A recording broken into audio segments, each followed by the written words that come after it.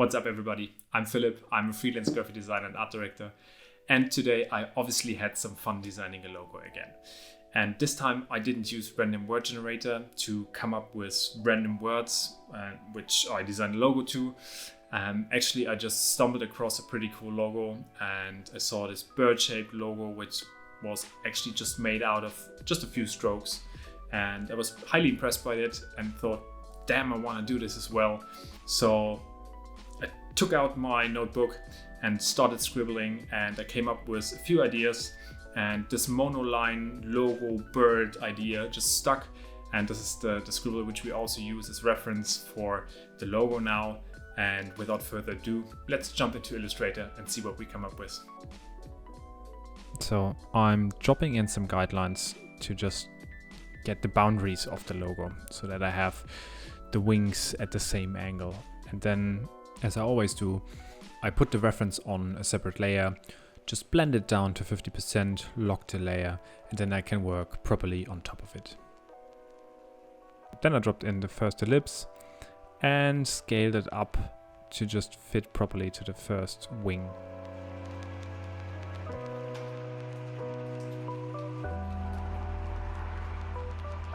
After I adjusted the stroke, I duplicated it and created the first wing on the left side.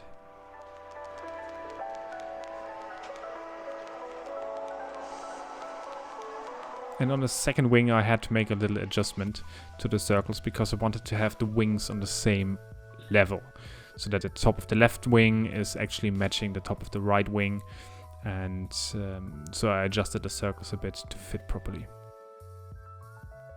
Then I jumped into the outline mode, and here I adjusted the little circle which builds up the head to just fit properly to the first wing circle. Then yeah, everything is aligned properly and I can just connect the anchor points properly.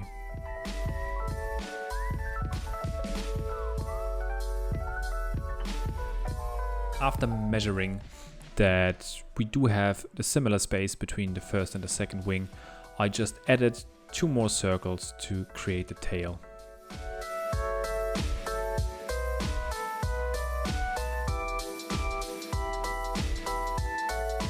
And then I started creating the actual shape.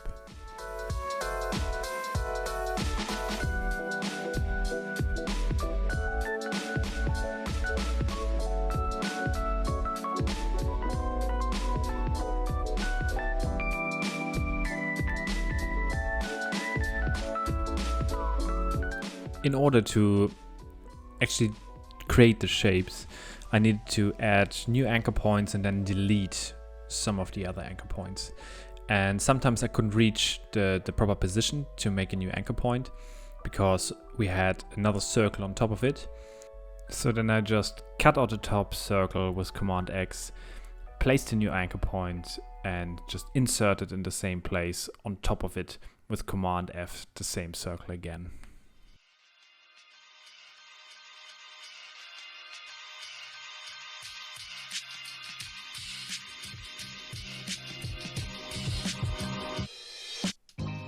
And after I finally created all the shapes, I added them all together by either connecting the 2 paths which were open or by just using the Pathfinder tool.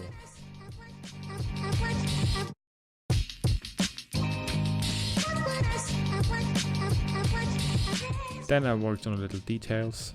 I just implemented 1 circle for the eye and just made a little triangle for the beak. And since I wasn't happy because the beak was slightly overlapping, I just used the Pathfinder tool to just make a little ellipse form and inside the beak to just make it fit properly. After adjusting the angle, I just changed the stroke to have rounded edges and just finished up some little touches here and there to just make all the anchor points properly fit.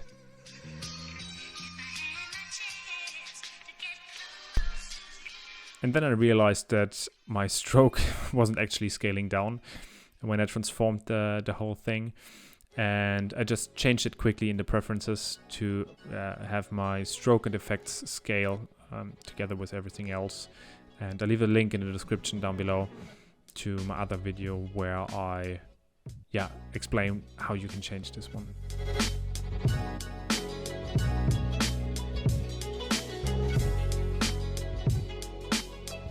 After I had some fun exploring different types of typography, I decided that I wasn't too happy with the name and actually changed it to a one-word name. I just gave it the name Songbird, and I thought that was quite fitting actually.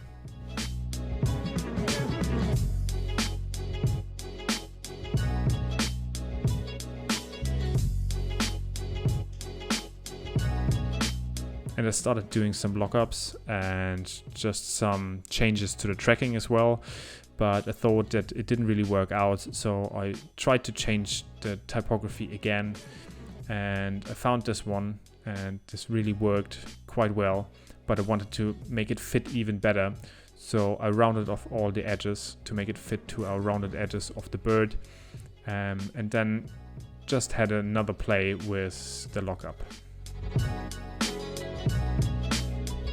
And then I did actually get rid of the eye, because the eye on the one hand side is going to cause trouble when we're going to print this in some way or another, because it's too small. And on the other side, the logo is much more serious and mature if it doesn't have an eye.